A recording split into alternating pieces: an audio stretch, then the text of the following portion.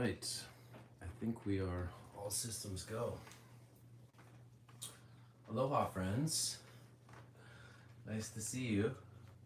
Thank you for joining us. This impromptu set was inspired by one of our followers who reached out and just expressed Sundays haven't been the same, and I truly appreciate that. And my greatest apologies to you for this month plus hiatus for Release Sundays Live.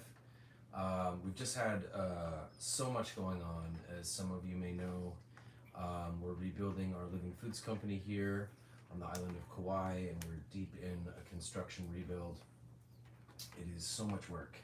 So every day on the weekend, a lot of times, is big progress days, and also big days for preparation for our Monday show, which we've been doing on Rumble. It's been soaring, and unfortunately we used to do that show on here, but we kept getting strikes on our channel because YouTube is still heavily censored. And then some of the shows I had wanted to do for Release Sundays Live, shows that were about germ theory versus terrain theory and probiotics, also started to come into question on if they would bring strikes to the channel. So, and separate from that, so much has been going into my role in the local ministry and church here on our islands, and diving deep into honoring the ultimate Jedi and Savior. That we talk a lot about the spiritual sciences in regards to activating our divine Kundalini, our superpowers, which on this sacred day, we're going to, of course, do a set that activates our divine technology. So we're going to get into some breath work. I just wanted to touch base on this Easter resurrection and Release Sundays Live return, that we will be doing consistent Sunday shows and covering a plethora of topics and having some new guests. I've also been working diligently. Sunday's one of my days with no littles, so I've also been chipping away at Release Part 3. We're getting into kind of some of the heart and the pulp of the journey that we went on with this very powerful sister that you guys were introduced to, Molly, and some of the deeper explorations into the lectures and demonstrations in different communities and countries that we were going to. So that's been a whole other Pandora's box that I've just been working on, and actually had the inspiration to just do like a screen share and have you guys just kind of in the editing room with me and showing some clips and previews of some of the content that I'm in the midst of editing deeply, and so yeah, all on the horizon, but just excited to just kind of be present with you guys today on this Sunday, this sacred Sunday, and really acknowledge what it is for resurrection. For each one of us, our cells are dying, our cells are growing, and we all have the opportunity to be resurrecting our cellular matrix every day. So the breath work that we do, the breath work that we teach, so many videos on here on this channel are about activating the piezoelectric charge within this electromagnetic mobile battery system to awaken the divinity within the cells, to activate and balance the pH in the body, to activate the nitric oxide in the system, to stimulate the cerebrospinal fluid, and to pressurize a lot of that cerebrospinal fluid into the brain, activating both the third and fourth ventricles, as we've talked about, and the piezoelectric antenna known as the pineal gland or third eye. And so much stigma around Kundalini that comes because we've identified a lot of the New Age deception in the New Age field and the New Age disillusionment in the New Age community. But at the same time, you have this stigma in the Christian community and the other organized religious communities that follow the way, the followers of the way, they refer to themselves as Christians, around Kundalini or the yogic sciences being evil, and that they're worshiping these false gods. But make no mistake, we can really differentiate between the pagan false gods, these fallen energetic beings that claim to be gods, requiring blood sacrifice and the worship of false idols, being very different than the Hindu culture's understanding of one true God, and then these angelic sub beings, which is referred to in scripture as well as angels, and then they have a separate referral if you read through scripture known as the sons of God. They don't really talk much about them, but they are identified separate from the angels. So in another culture, in the Hindu culture, they have that as,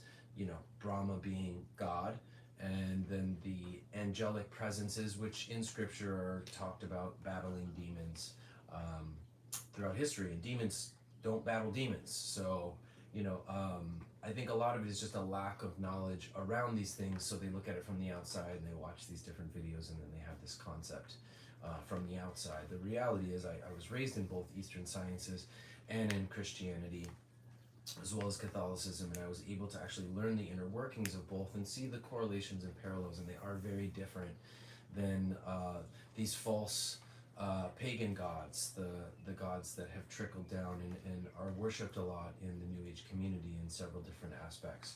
So in that regard, a lot of the yogic sciences that we practice are actually from the practices of Sikhism, and the Sikhs weren't about any deities in any way that they worshipped or idols. There was one God and truth is its name. The yogic sciences that they practiced, the poses, the exercises were completely about the sciences. They weren't about doing poses that honored a specific god or worshiped some kind of idol. They were specifically about balancing the hemispheres of the brain, activating the endocrine system, detoxing the kidneys, really a plethora of things to the physiological process. Everything was very much about the science of this divine technology and how to activate it. So we're going to get into a few basic exercises. These are covered in many of the videos on the channel, but I figure, you know, these are the ones you should be doing all the time because they're fairly simple, and if you don't have much time, these don't afford much time to practice and give you a very powerful result. Primarily, all the exercises that we want to focus on are based around the spine and turning the spine on a horizontal and a vertical axis, because that's going to activate, stimulate, and move the cerebral spinal fluid, the CSF, and we want that cerebral spinal fluid to move. We want to learn to activate that piezoelectric charge that moves up the spine. And remember, God is the creator.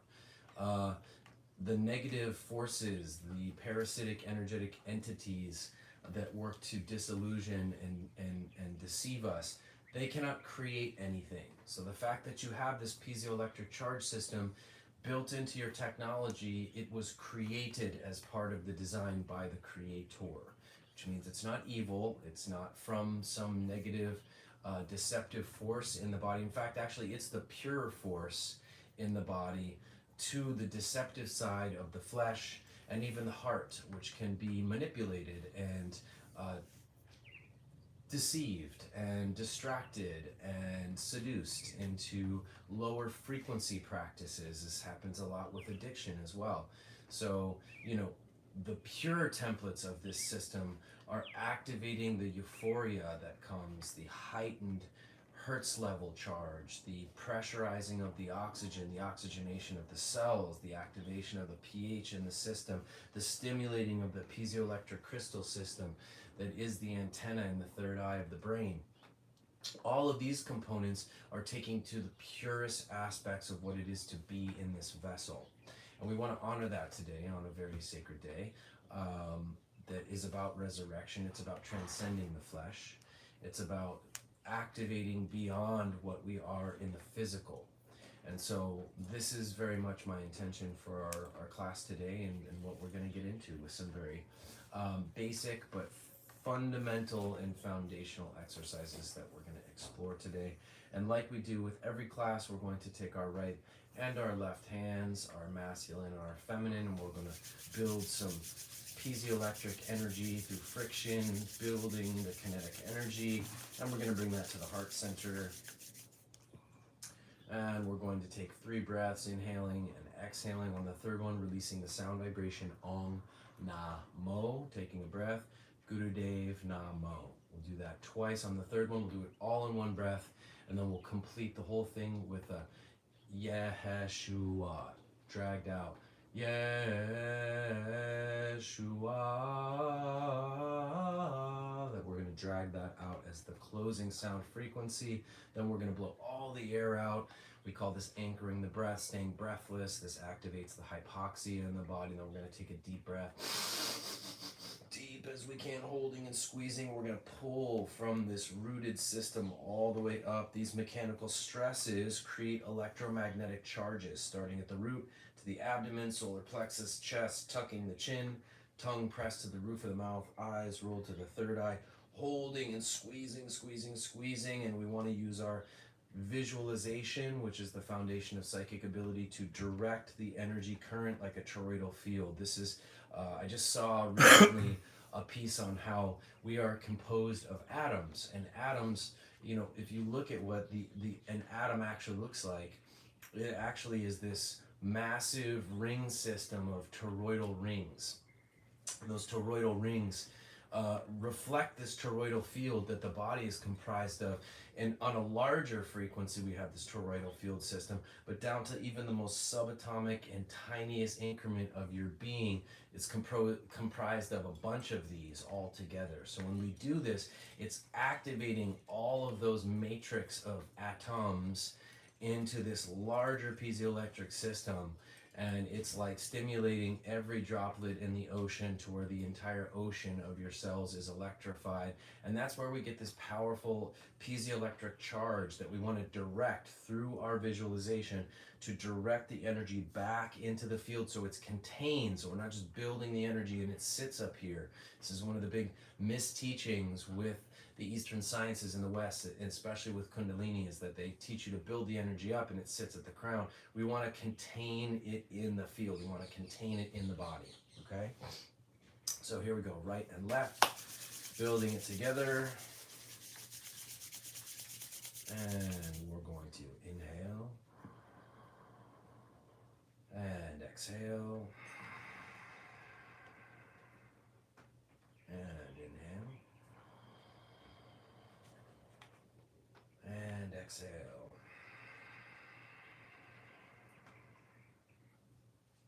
Now we're going to inhale to tune in.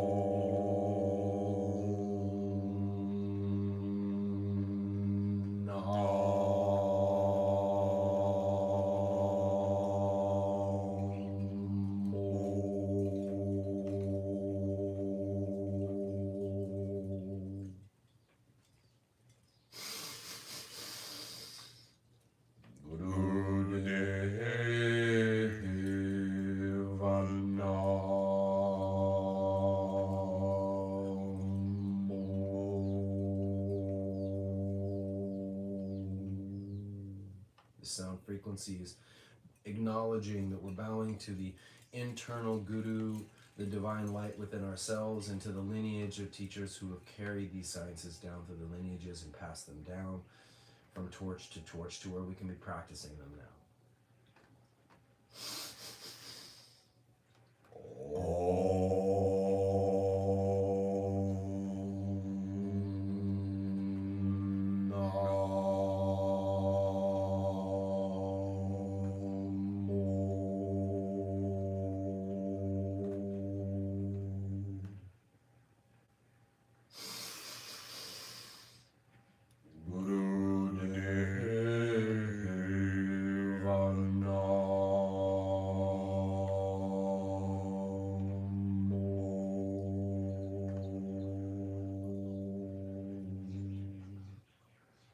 Last one in one breath.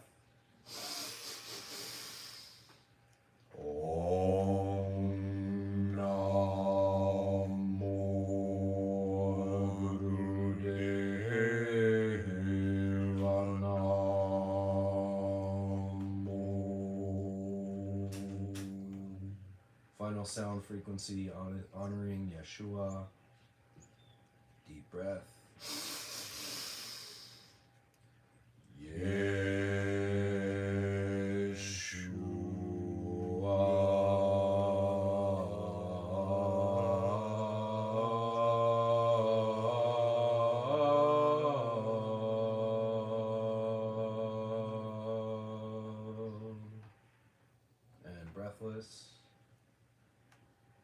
as you can. When you're ready, deep breath, pulling from the root. Series of mechanical stresses all the way up.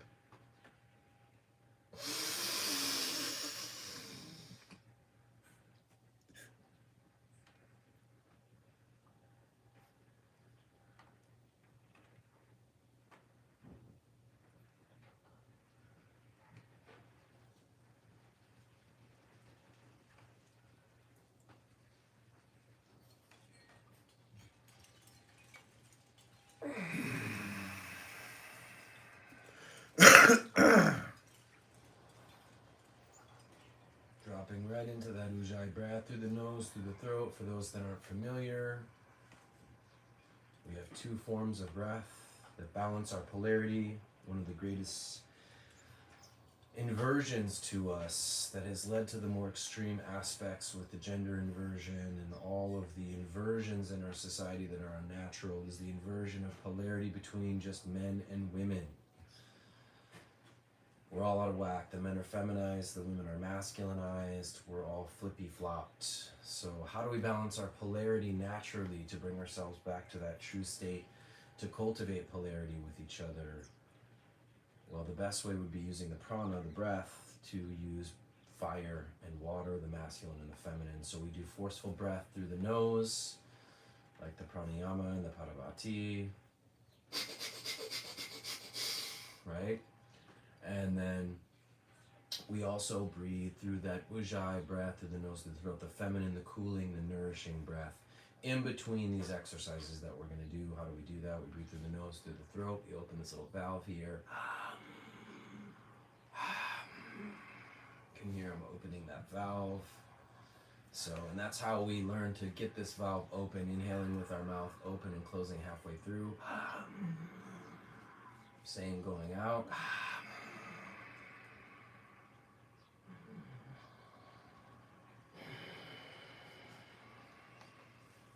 But for our fire breath, we want to be here. We want to be forceful through the nasal passage. Pulsing from the navel point. But we're forceful through here, strengthening the muscles of the nasal passage. Okay? Basic. Off the sacred cross with the spine. We want the spine twisting on a horizontal, and we want the spine twisting or flexing on a vertical, okay? So we have that, leaves us to our first two kriyas, the spinal flexing, okay, and our spinal twisting.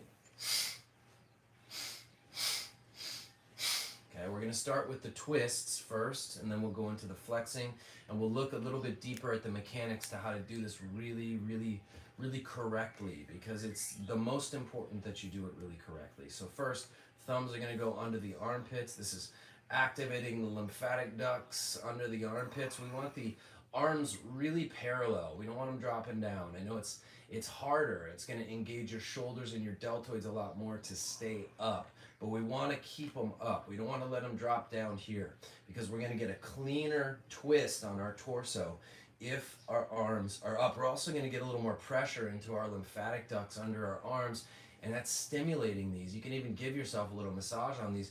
These are just massaging these lymphatic ducts in here, and they may be tender. So, make note of that. This is part of exploring our body and not having any surprises come up, because we build a intrinsic level of communication and contact with our body and relationship with our body where there's no surprises, because there's no lack of conversation and communication within the body itself. So from this position, we're always going to inhale left, exhale right. We're going to blow all the air out, anchoring the breath. And then from this position, we're going to inhale left, exhale right. Real quick, let me do this. Angle this down just a little bit more so you can see I am in easy pose, okay? That is one foot tucks right in front of the other. This may be uncomfortable at first. Good. That is your first homework. Easy pose, ironically, is not easy. So a really good way to practice this is sitting in front of the base of a couch or using a cushion like this at your lower back if you need to, and it will get achy within minutes. And what that is we're bending our knees and our hips in a way that we're not used to, because most of us sit or stand, but we sit in 90-degree angles in American furniture most of the time that doesn't really support the draining of neurochemical residues that naturally collect just being an active human being. So those residues are achy, and they cause inflammation in the joints of the body and the muscles, and it causes calcification and crystallization in the tissue. So when we're bending our knees and even our ankles in more abstract ways, it's actually forcing the release and drain of a lot of this achier residues that start collecting naturally in the body.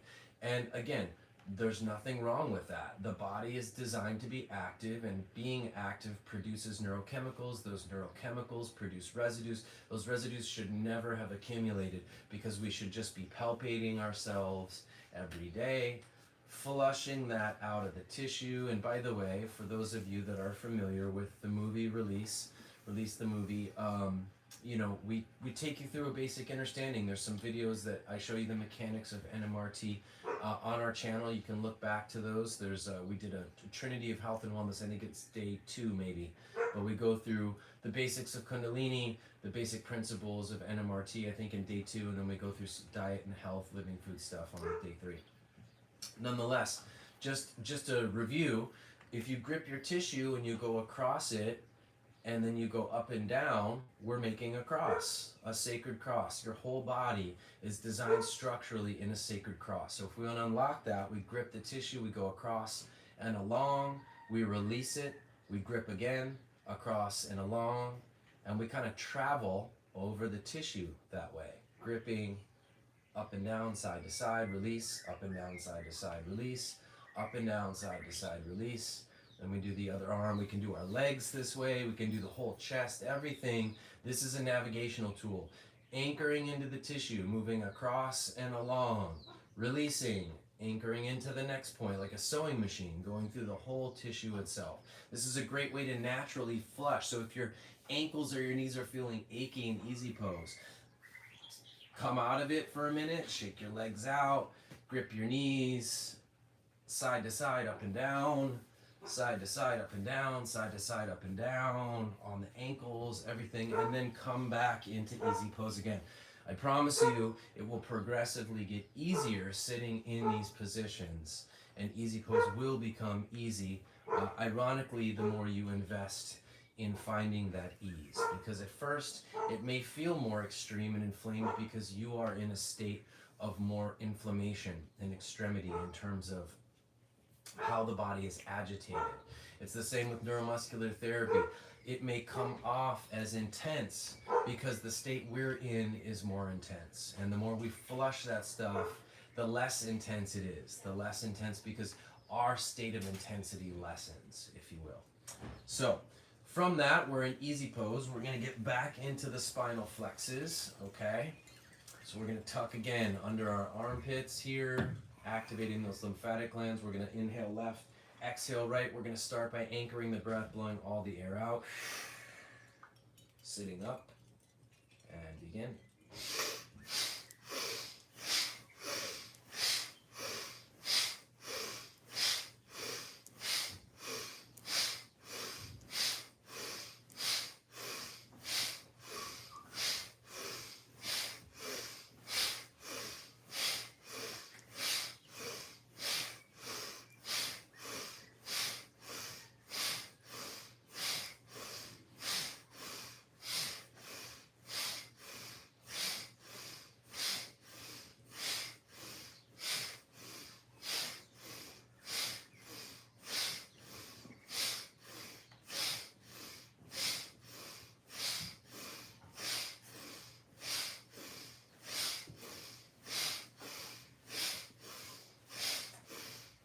And you're really swinging the weight of your elbows, swinging from side to side. So you don't have to muscle this twist.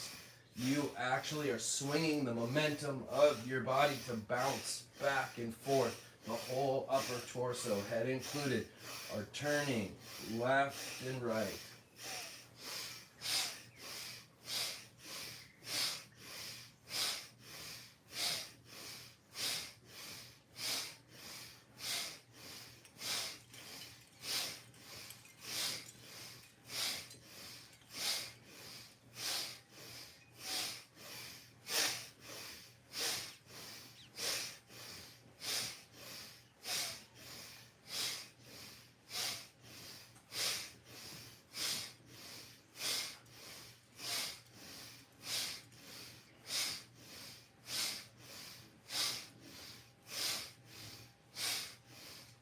Thirty seconds left. Stay with it.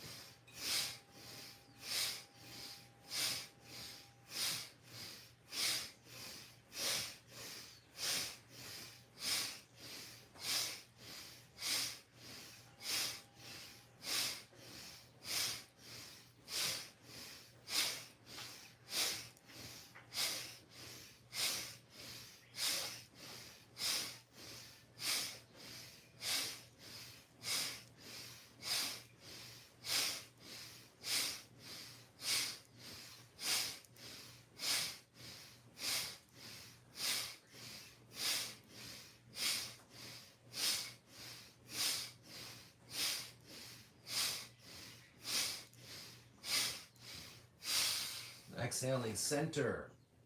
Staying breathless as long as we can. It's going to kick in that hypoxia. Preparing ourselves to pull from the root series of mechanical stresses all the way up, directing that energy to contain in the field.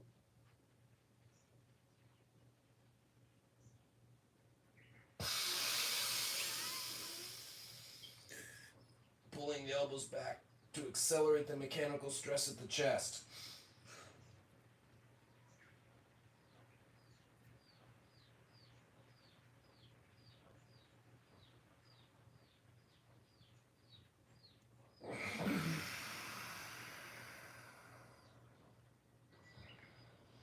Dropping right into that ujjayi breath through the nose, through the throat.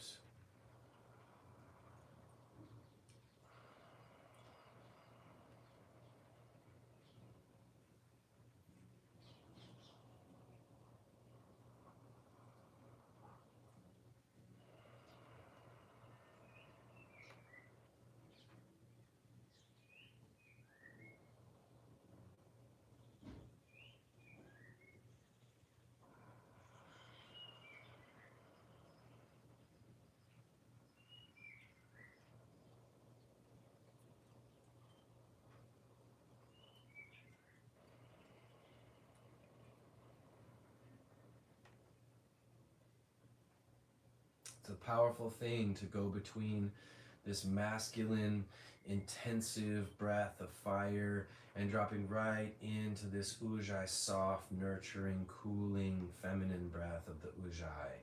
Dancing between these two, naturally creating polarity through the breath, through the prana.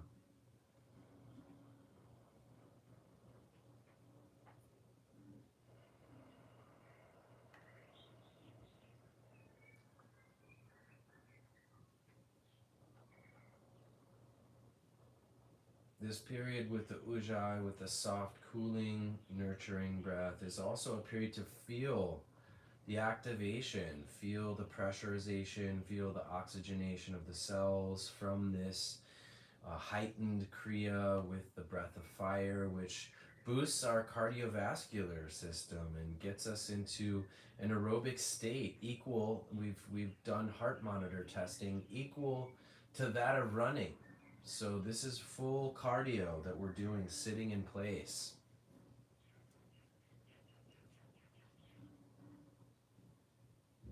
And it's strengthening the circulatory system. And unfortunately, we've been lied to on many things.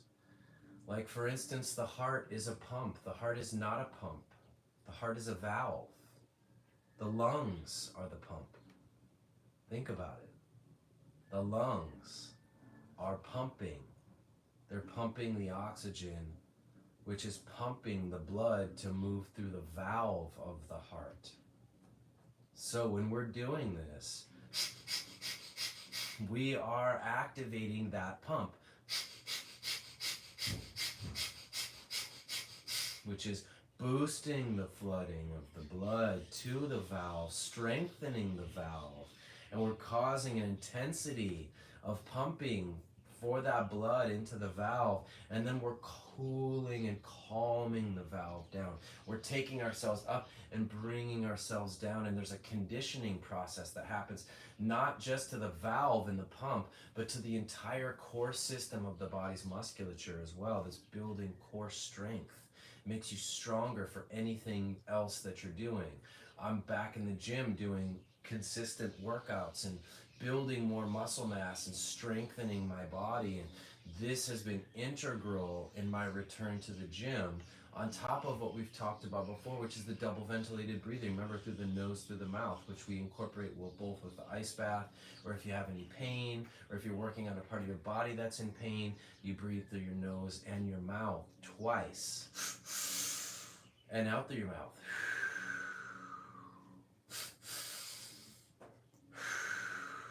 So if you think about when you're a little kid and you're upset, what are we doing? We're breathing twice through the nose and mouth and out through the mouth. So we're recreating the mechanics of that, and we're doing it in a structured way. So it could be fast and very short and concise, or it could be very elongated.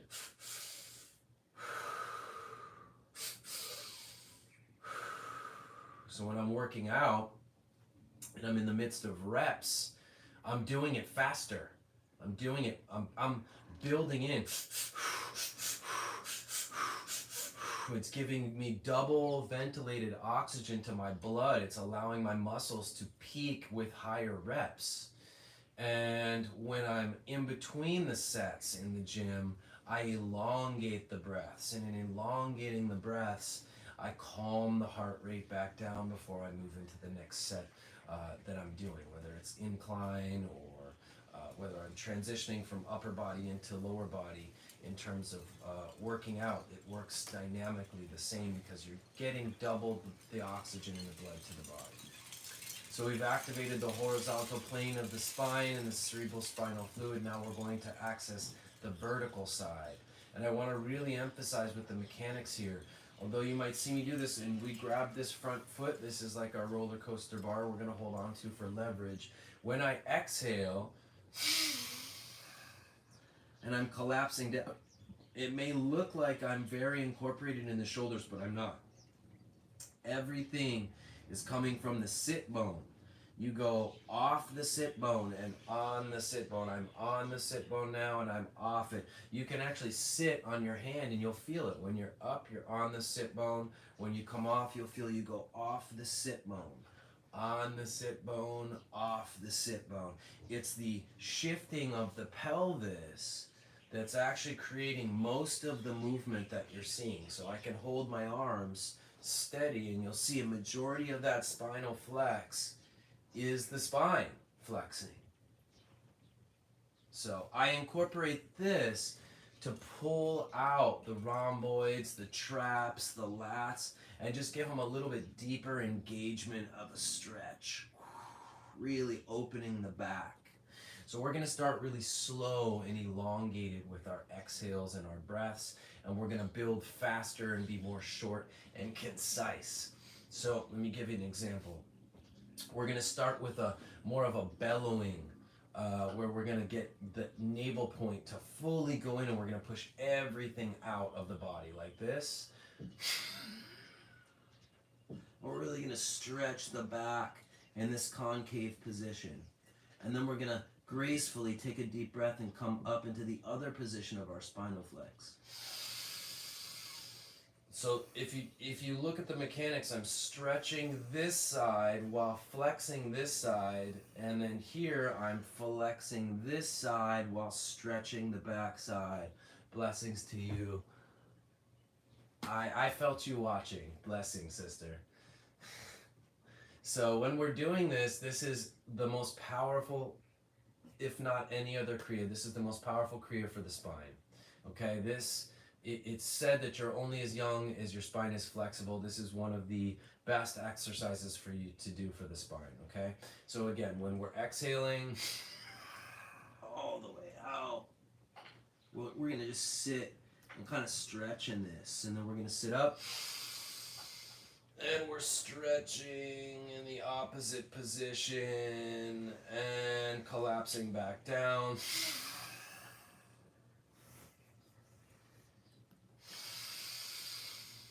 And we're going to do a more graceful and elongated process at first, and then we're going to accelerate to a more faster, accelerated tempo where the breaths will be shorter because the breath and the movement are connected together. So it's going to look like this.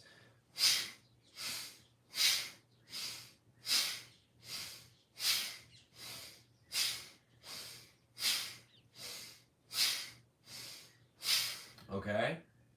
Finishing, by the way, that is a cat scratching post. I just noticed it in the video. There is a cat scratching post there. Love that. Perfect. That cat scratching post keeps a lot of the furniture from being destroyed by the feline creatures of this house. So it's a necessary thing. I just love that it made it in our shot today, just above the elephant table. Blessing, sister. All right, so we're going to start slower and build to a faster pace. Then we're going to blow all the air out, anchoring the breath, and take that deep breath, pulling from the root. Series of mechanical stresses. This mechanical stress in the chest, whereas I had you pull the elbows back for the horizontal twists, for this one, we're going to pull from our roller coaster bar, and we're going to pull the chest open. And that's going to press that oxygen into the lower and upper respiratory. That pressurization of the oxygen is going to be like pressurizing oxygen into the bloodstream. If it's done properly, it's going to give you a boost, and you should feel a euphoria. That's all that oxygen rushing into the brain. And when pressurized properly with the cerebral spinal fluid by tucking the chin, pressing the tongue to the roof of the mouth. Remember, the roof of the mouth has a series of neural pathways to the pineal gland. Rolling your eyes up to the third eye like this stimulates the nerves as well to the pineal gland. You have two separate neural pathway activations to the pineal gland, ironically making a right angle, one from the roof of the mouth and one from the back of the eyes and the optic nerves. Those are going to stimulate that pineal gland along with the pressurization of the cerebral spinal fluid by tucking the chin, tucked as you're holding the breath. And that is going to pressurize through third and fourth ventricles of the brain. That electric charge presses up. It activates one hemisphere and arcs it to the other. And that pressurization starts activating that pineal gland and giving you a profound euphoria, a feeling of this higher, grounded euphoria that sometimes you will fully leave your body for a moment and come back. And this expanded awareness settles in. And the difference between external highs is that this doesn't have any type of side effects to it. In fact, if anything, you feel clearer and more present after you do this and after you get this high feeling. There is more of a presence and a groundedness and an overall acceleration of the senses rather than a numbing or dulling of the senses. All right, here we go. Anchoring the breath, we're going to collapse all the way down first. And we're going to sit up breathless. And that first one, when we go down, there's not going to be anything in there, okay?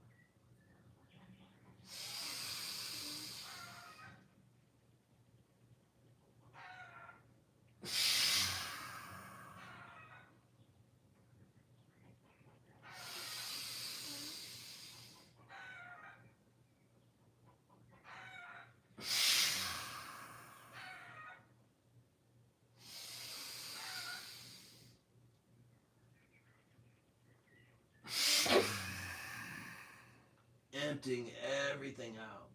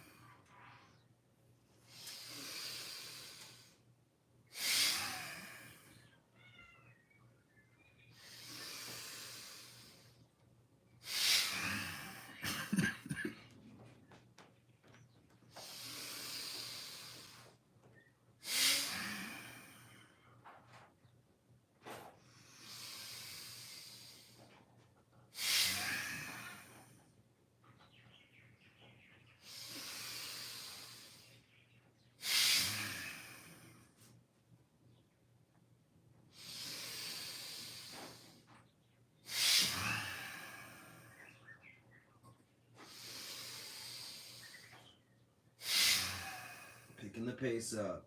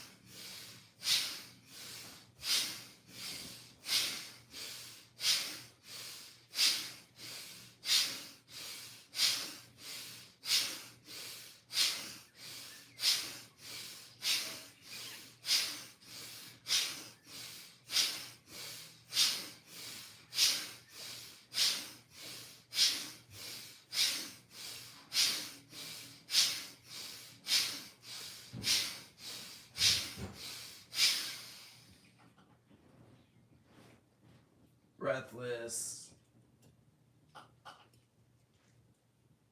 Long as you can. Then deep breath from the root.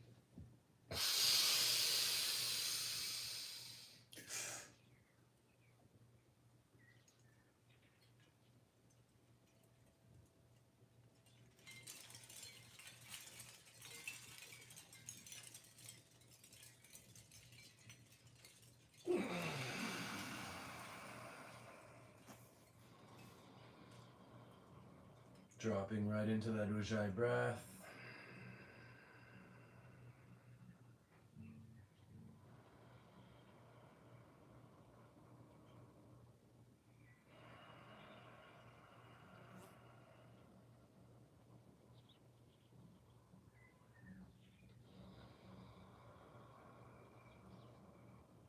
It's going to calm the heart rate, balancing the circulatory system, regulating the pump and the valve. Balancing the polarity from the fire, cooling the fire with the water.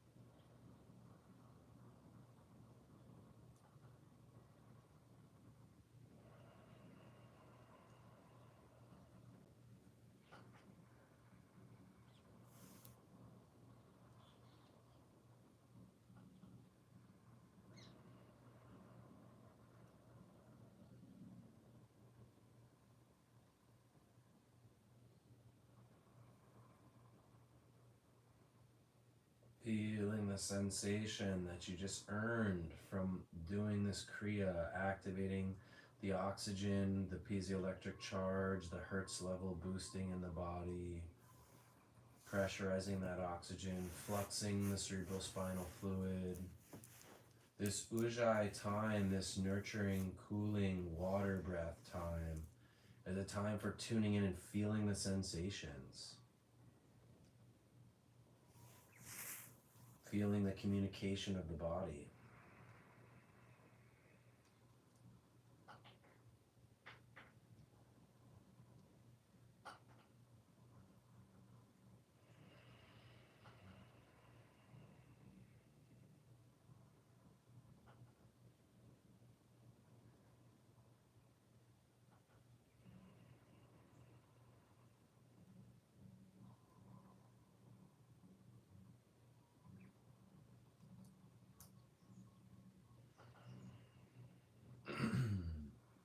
As we feel our heart regulating and our blood pressure, our circulation calming, we're going to open up our legs. How you guys doing on easy pose? A little bit achy? Yeah, give those knees and ankles a rest and hips a rest for a minute. Just shake them out. Shaking, shaking. This is a good time. You could do that crisscross, as we call it, applesauce, crisscross. Squeezing, going across the tissue as you grip it and along it. So you grip it and go across and along. Move to the next area, anchor in, gripping the tissue, go across and along. Anchor in, gripping across and along. Anchoring in, across and along.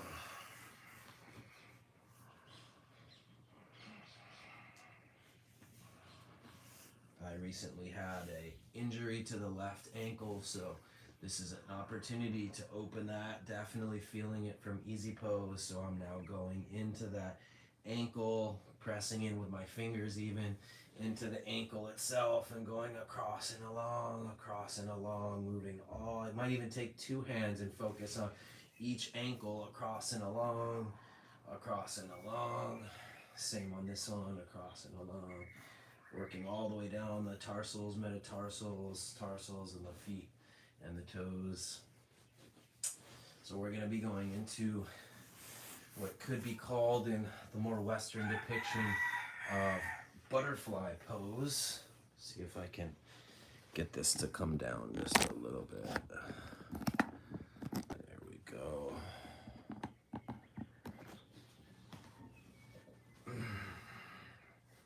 So feet are here. We're going to interlock the fingers on the feet, just like this.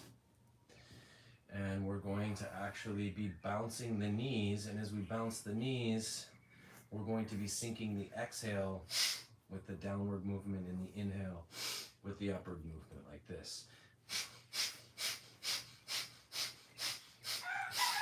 Okay? This is opening the hips, the hip joints, causing all that neurochemical inflammation, the residues, as well as crystallization in the hips to open, to flush, to clear, and in a fairly passive, kinetic movement that's not very extreme, so it's somewhat subtle. And when we sync it with the breath distracts. Remember, we're also syncing up our pump, and we're pumping, remember, using the lungs to pump fresh blood and oxygen through the valve here. And at the same time, we're also energetically pumping negativity out of the field. So any of these ones, like this one specifically, or we have another one where the left hand goes straight out, right hand comes under, and we do a pump as well. You're literally pumping energy, negativity out of the field. And when we create a forced exhale, it recreates somewhat of like a sneeze. And in many cultures, sneezing is a form of expelling negativity or expelling demons. That's why they say bless you or gesundheit. There's many different cultures where they incorporate phrases like this, specifically because even culturally through history it was known as a form of expelling, releasing. So we're recreating that process. So in a world that's very negative, where there's a lot of negativity right now, this is a very powerful practice for clearing your field. So we're going to do this one first for our pumping. if you will, and we're going to start with pumping out negativity from the field. Okay, we're going to blow the air out like we do on all Kriyas, anchoring the breath. Sitting back up, breathless, and we're going to begin.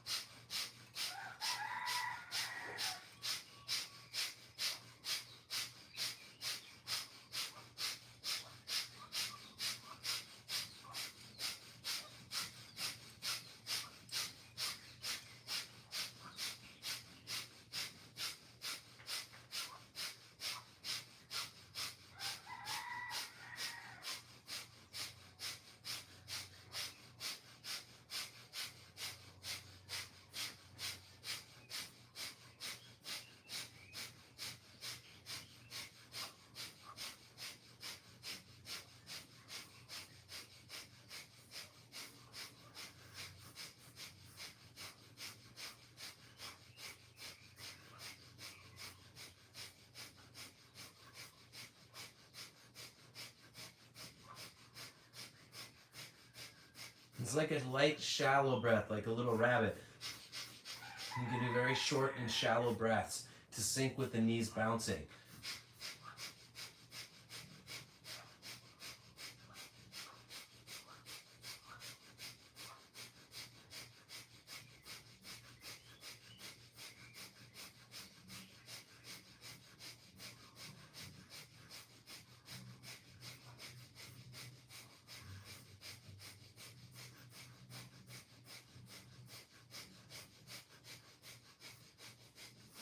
It's okay if you get out of sync with yourself, just reset and keep going.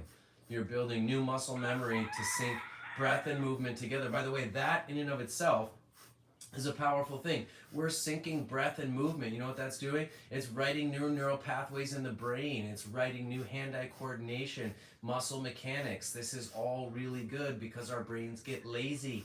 We get very set in the neural pathways of our brains. We're writing new neural pathways by doing new movements and syncing breath and movements together. It's activating both right and left hemispheres of the brain.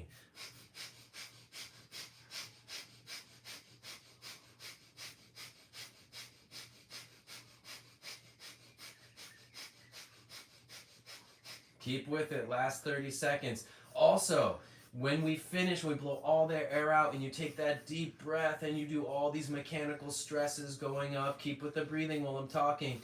And as you're doing these mechanical stresses and you bring this deep breath and you're squeezing, and I told you should do a visualization and see this column of light going from earth to sky and see the energy in a toroidal field directing back in.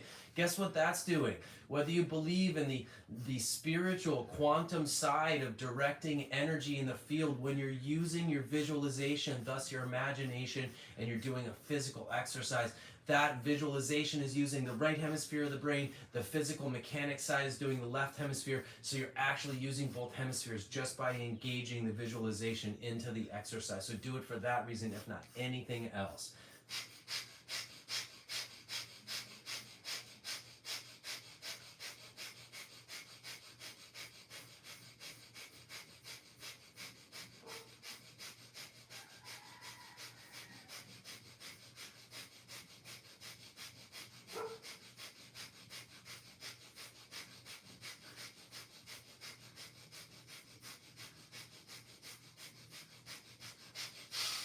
Blowing all the air out, breathless.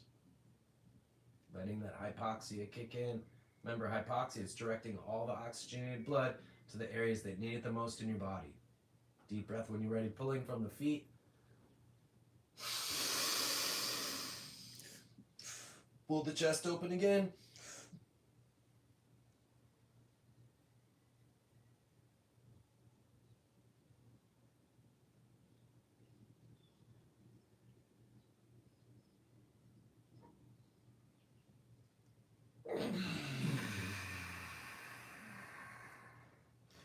Dropping right into that Ujjayi breath.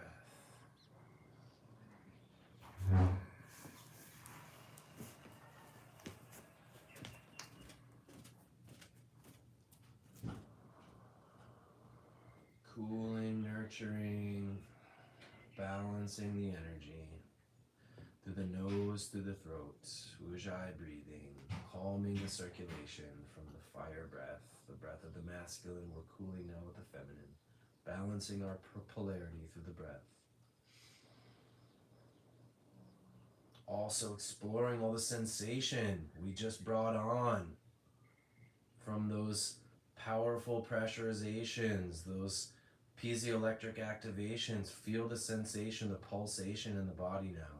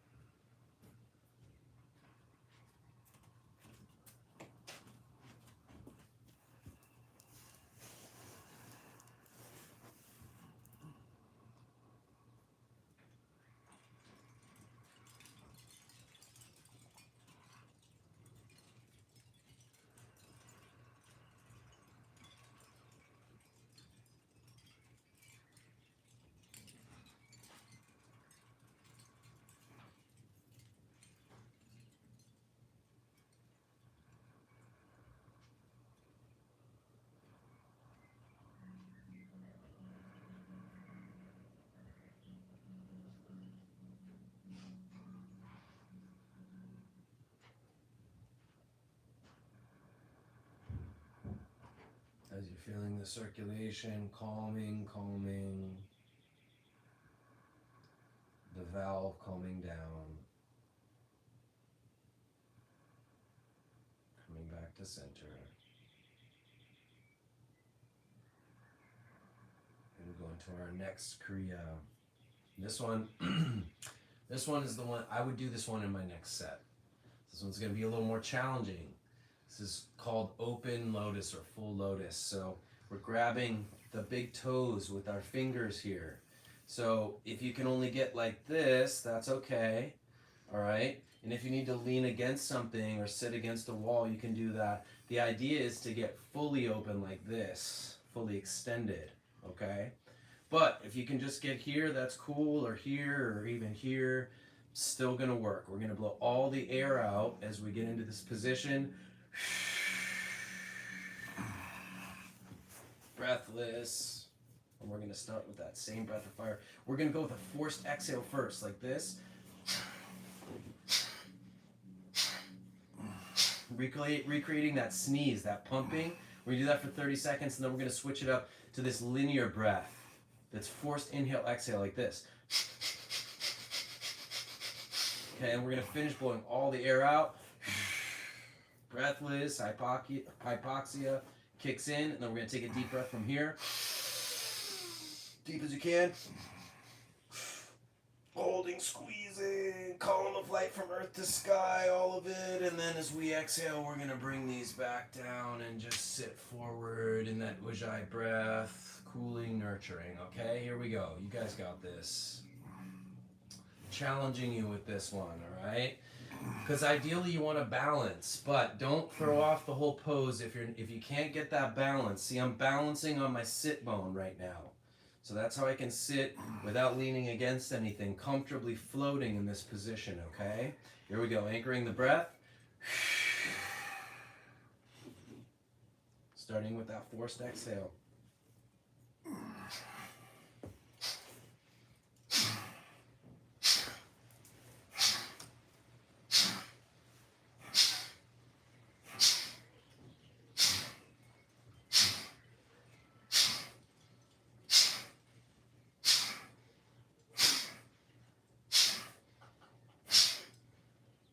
Pulsating from that navel point.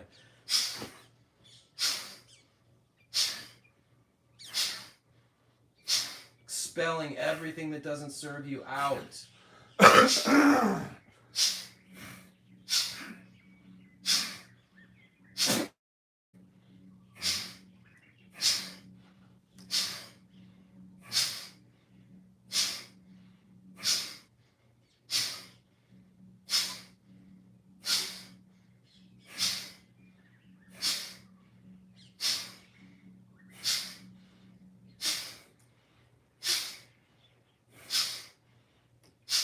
Changing it up to that forced inhale, exhale.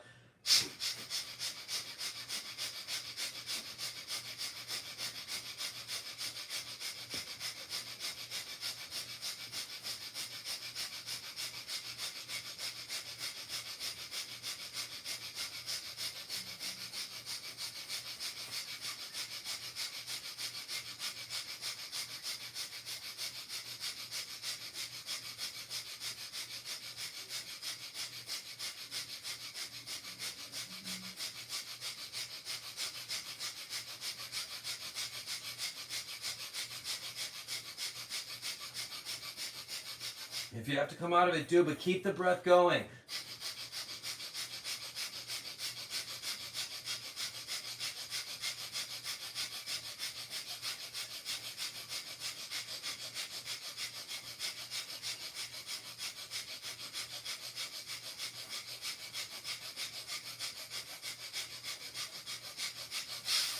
Exhale all the way out, breathless.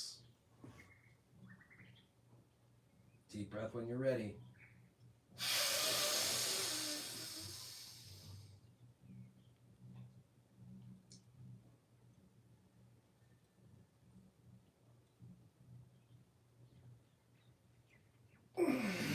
Exhaling, coming down and forward into the Ujjayi breath. You can circle, stretching the hips now, staying in that Ujjayi breath, cooling, calming, nourishing, calming the heart rate and the circulatory system.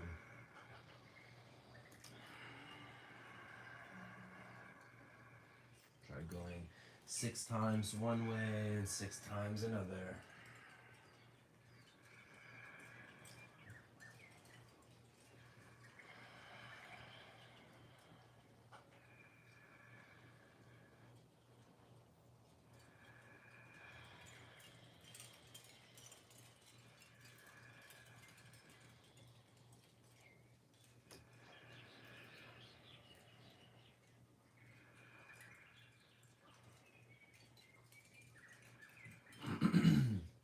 This is a good place to be able to work on the feet.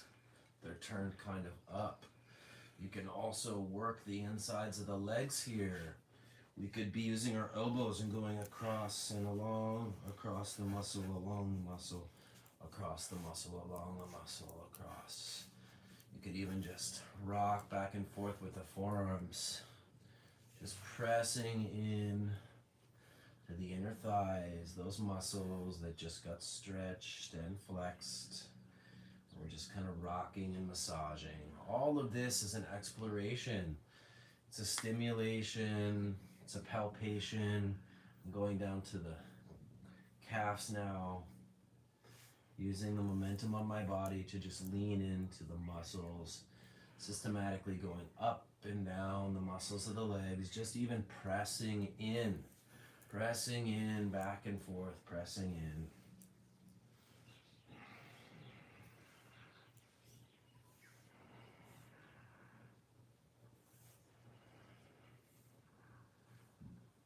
Loving your body. Your body communicates through contact.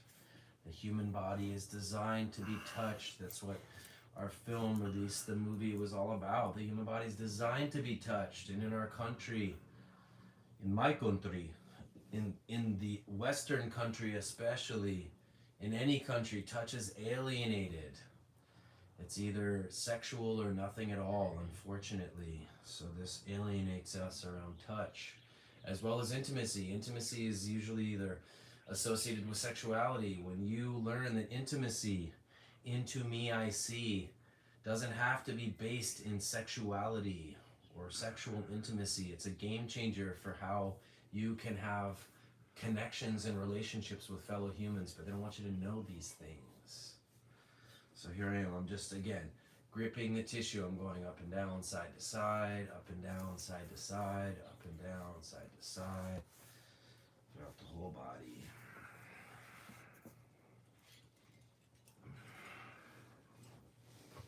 Oh, this battery. All right, we got 20% left on this battery, guys. Thought it would have lasted longer. Coming back into easy pose, which by the way should feel a little easier now that we just kind of open the hips up some.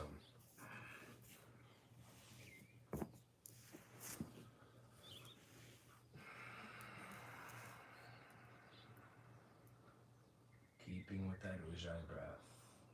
It's nice to sometimes just take a pause with that Ujjayi breath and just tune in and feel what you're feeling. Do you feel that pulsation? Do you feel that activation in the cells? There's this vibrational flux that's sitting in the cellular tissue. That's your Hertz level. That's your electromagnetic field charging. That's what that sensation is. So breathe into it, feel it.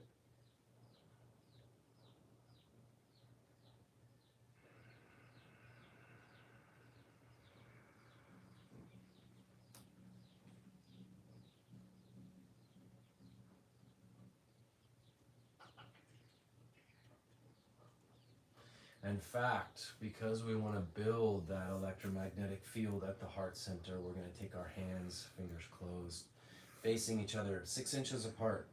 We're going to inhale back, exhale forward. So we're scooping the energy from behind our field and bringing it in front of us. We don't want to let them touch. We want to bring the energy to the center and build it here. Feel that electromagnetic push off here. So it's going to look like this.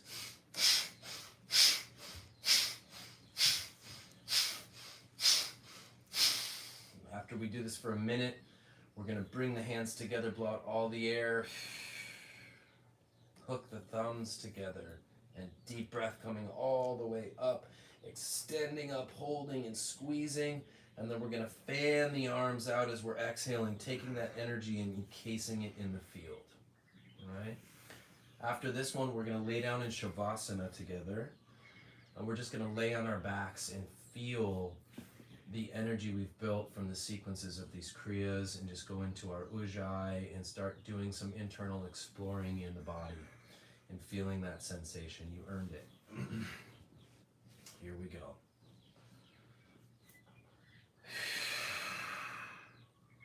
We start with that inhale and begin.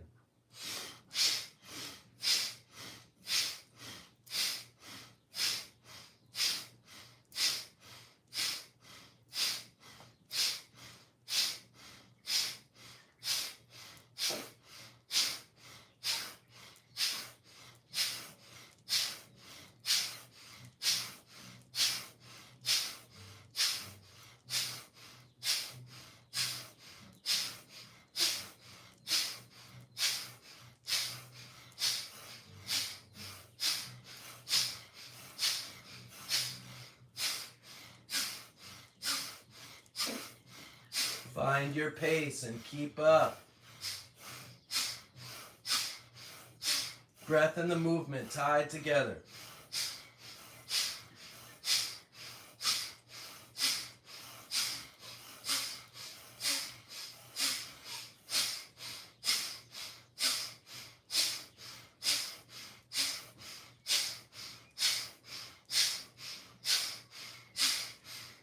Breathe through the intensity.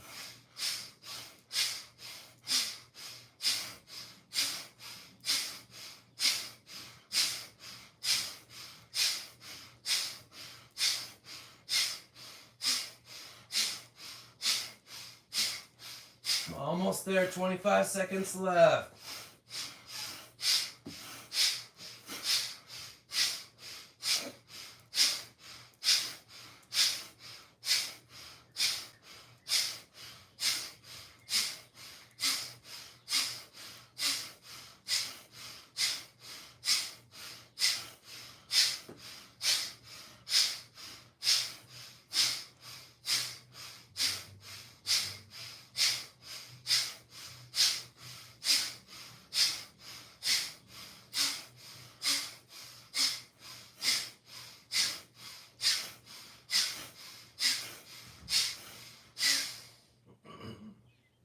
Breathless. Deep breath as you come up. Column of light from earth to sky.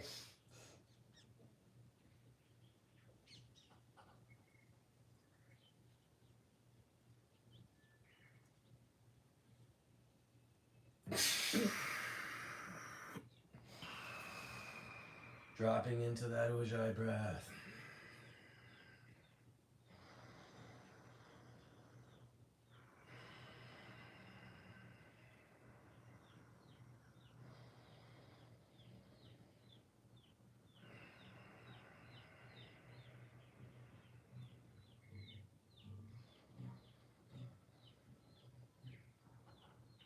Feeling that cooling, nurturing, feminine, calming the heart rate and the circulation.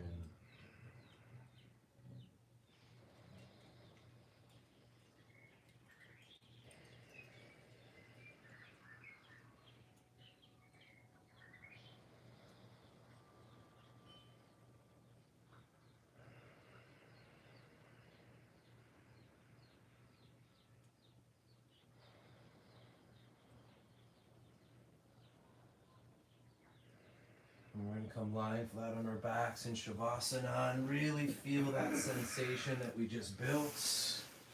Present with the breath. Staying in that Ujjayi.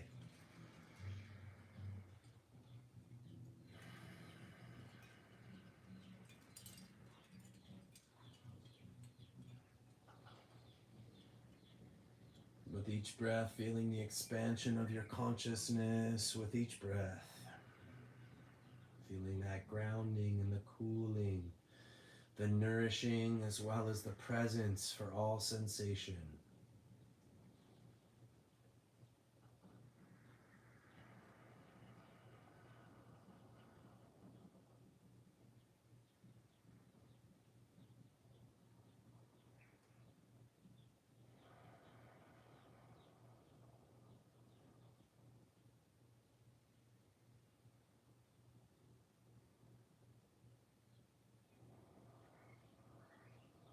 This is where we can really flip into parasympathetic. So much we're in the survival mode, go, go, go, hyperadrenalized, survivalistically going. That's the sympathetic nervous system. We want to flip to the parasympathetic. This is an opportunity in Shavasana, in that Ujjayi breath, with everything activated, for you to really drop into a deep, relaxed state. This is your death and resurrection.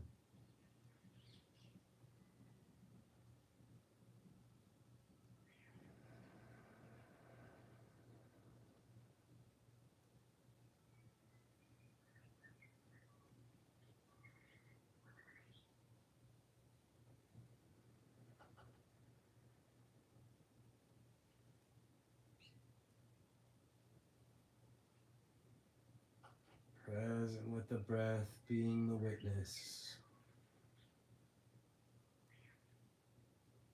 Feeling the expansion of your consciousness with each breath.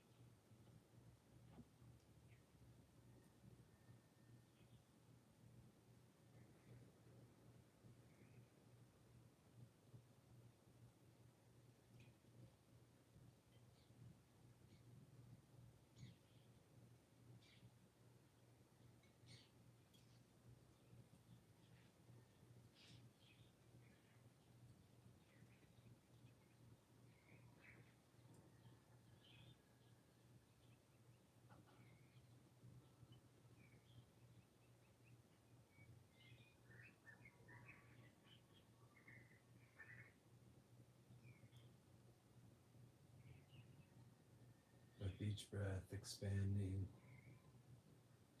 your awareness, feeling the settling in of stillness within the body and the vessel.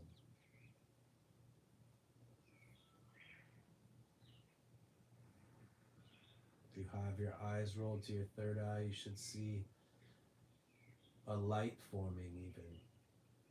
You have to stay concentrated on it with your eyes. Rolled up to the third eye, it's activating those points to the pineal gland.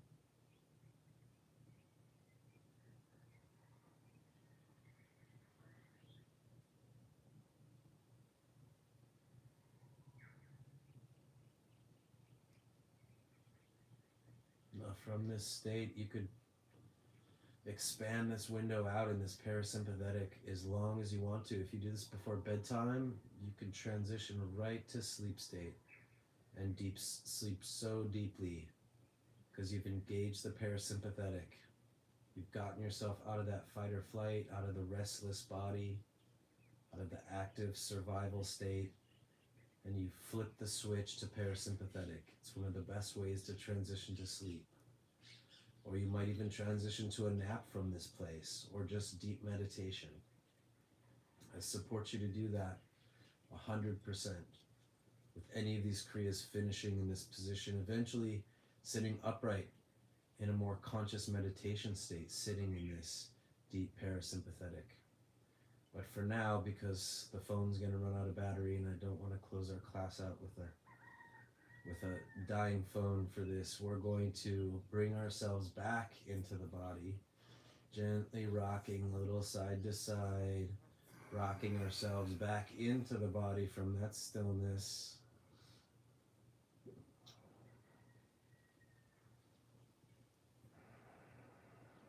Just gently.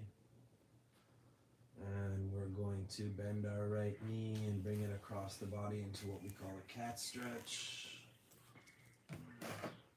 Left arm can put weight on this right knee. Right arm expands. You can extend it up and stretch this way if you want. And bring it back down to get a full stretch, opening the spine. Staying in that Ujjayi breath.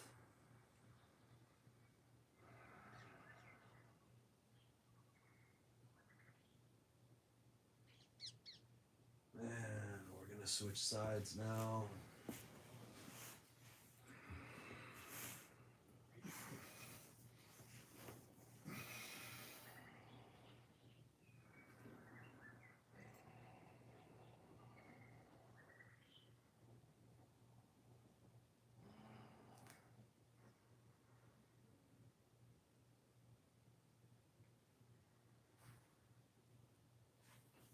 Coming back now, bending both knees, grabbing the ankles. We're going to lift the butt off the ground and kick the feet out.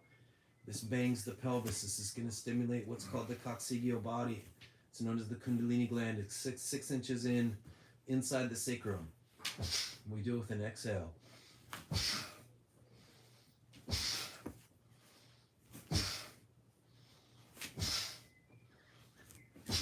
Now that we've stimulated it, you can do this as many times as you want to, especially on a solid floor. We're going to bring the bottoms of the feet together, and we're going to begin rocking.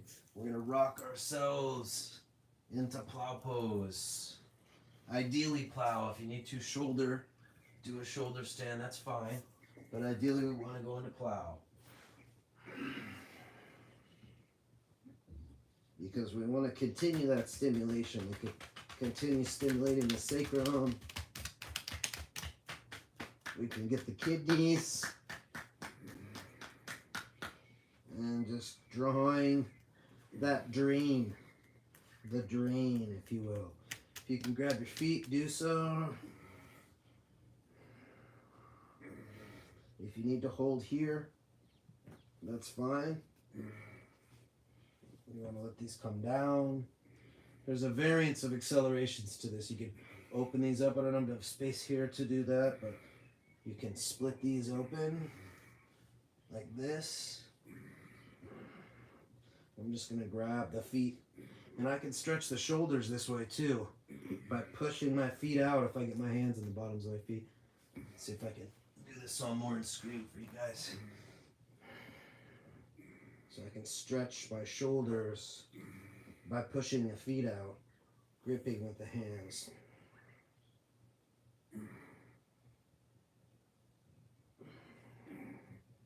And vice versa, I can pull the legs and stretch them. Same.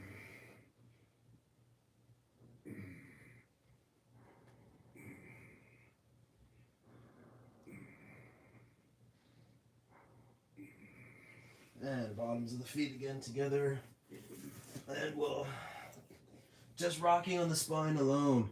This is giving you a full back massage. Massaging all angles of the spine. You can just take your time. You can spend 10 minutes just massaging the back, rocking on the spine. And we're going to rock ourselves up to seated position to finish as we began. That right and that left. Ooh, we're just going to finish it out, 10%.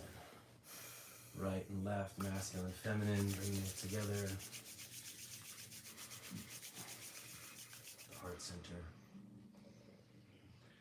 After we do this, again, Ong Namo, Gurudev Namo means I bow to the teacher, the divine teacher within each one of you, within myself.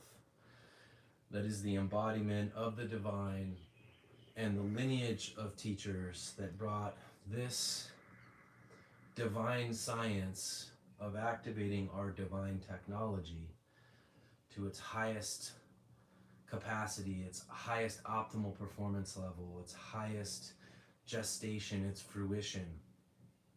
That's what this sound vibrational chant means in ancient Punjabi, in ancient Sanskrit. These are ancient sounds. Ong, Na, Mo, Gurudev, Na, Mo.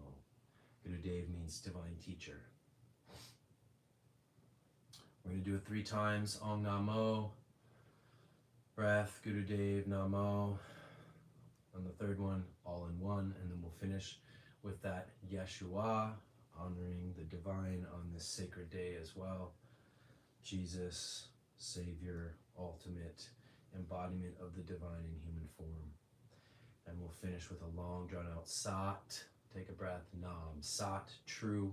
Nam, identity. We're honoring the true identity of each one of us, which is the Christed consciousness. Here we go. 3 breaths. On the third one, we'll start our first chant. Inhale. And exhale. Remember, when we finish these, we're going to be breathless. We're going to do a final breath pressurization with that visualization. It's everything we've practiced today. And inhale. And exhale. Get center for you guys. And inhale to tune in.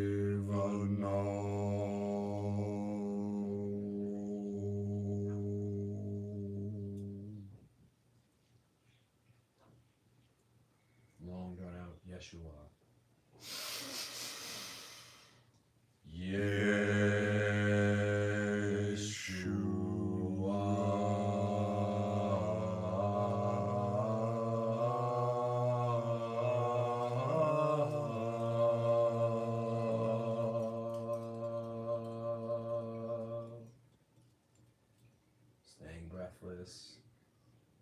Sat, breath, then nam.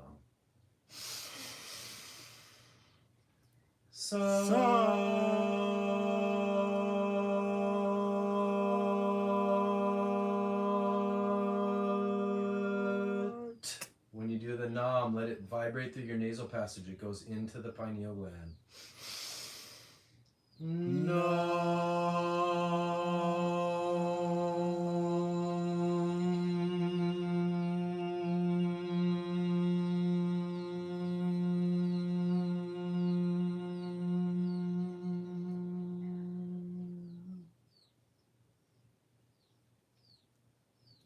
deep breath, final pressurization.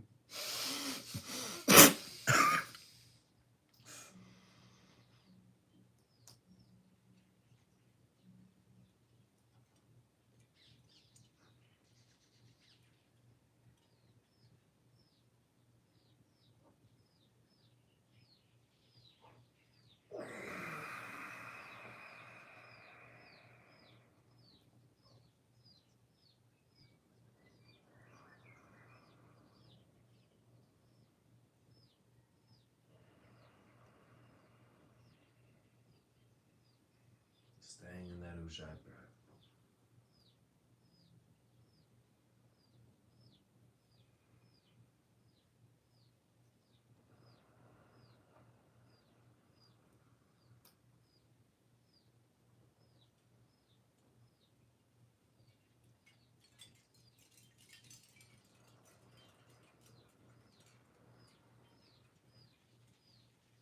Satnam. Satnam.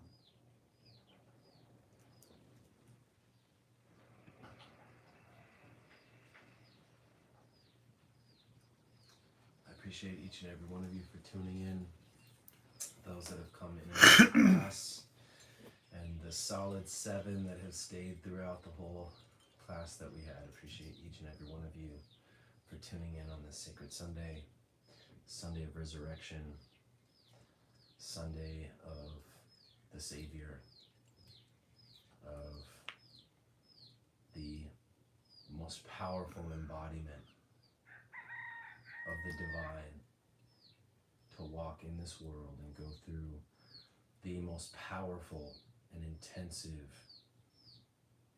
rite of passage selflessly to integrate the divine, the Holy Spirit into this realm and give the children of Adam, fallen in a fallen world, the opportunity for salvation, to be the conduit and the doorway to return to the Creator and the Father.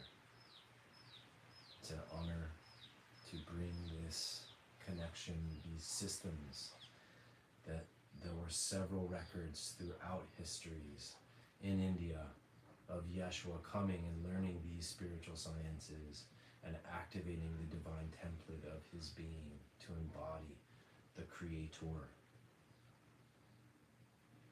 Again, followers of Yeshua were referred to as followers of the way, and that's what we refer to ourselves. We walk the path of the way. And it is a powerful path that takes daily accountability to walk within that higher path, to truly embody what it is to hold that accountability to the Creator and walk with the inspiration, inspired to walk in Jesus' path and Jesus' footsteps, to carry out our Father's will on this planet as we move forward into times of great tribulation, into a new age. I wish you all a deeper ambition and connection to connect in with Yeshua, to truly dive into the ancient scriptures, to see and read and feel the results that come from embracing the Word of God. Truly, it's changed my life. It's been a big part of why I haven't been able to be here on Sundays, but things are shifting. I'm going to have to do my release Sundays live a little bit later because of the ministering and doing healings at this beautiful Hawaiian ministry that we do here from 10 till 12. So my show will either start at 1 or 2 my time, which will, I think there's a 4 or 5 hour difference for you guys. So it's gonna be more evening as opposed to earlier. but I will strive to continue to bring this message out and carry the frequency and keep you along with us as we move forward, and keep you updated with release and what's coming and all of the magic, knowledge, and wisdom as it comes in that I can share and impart to you.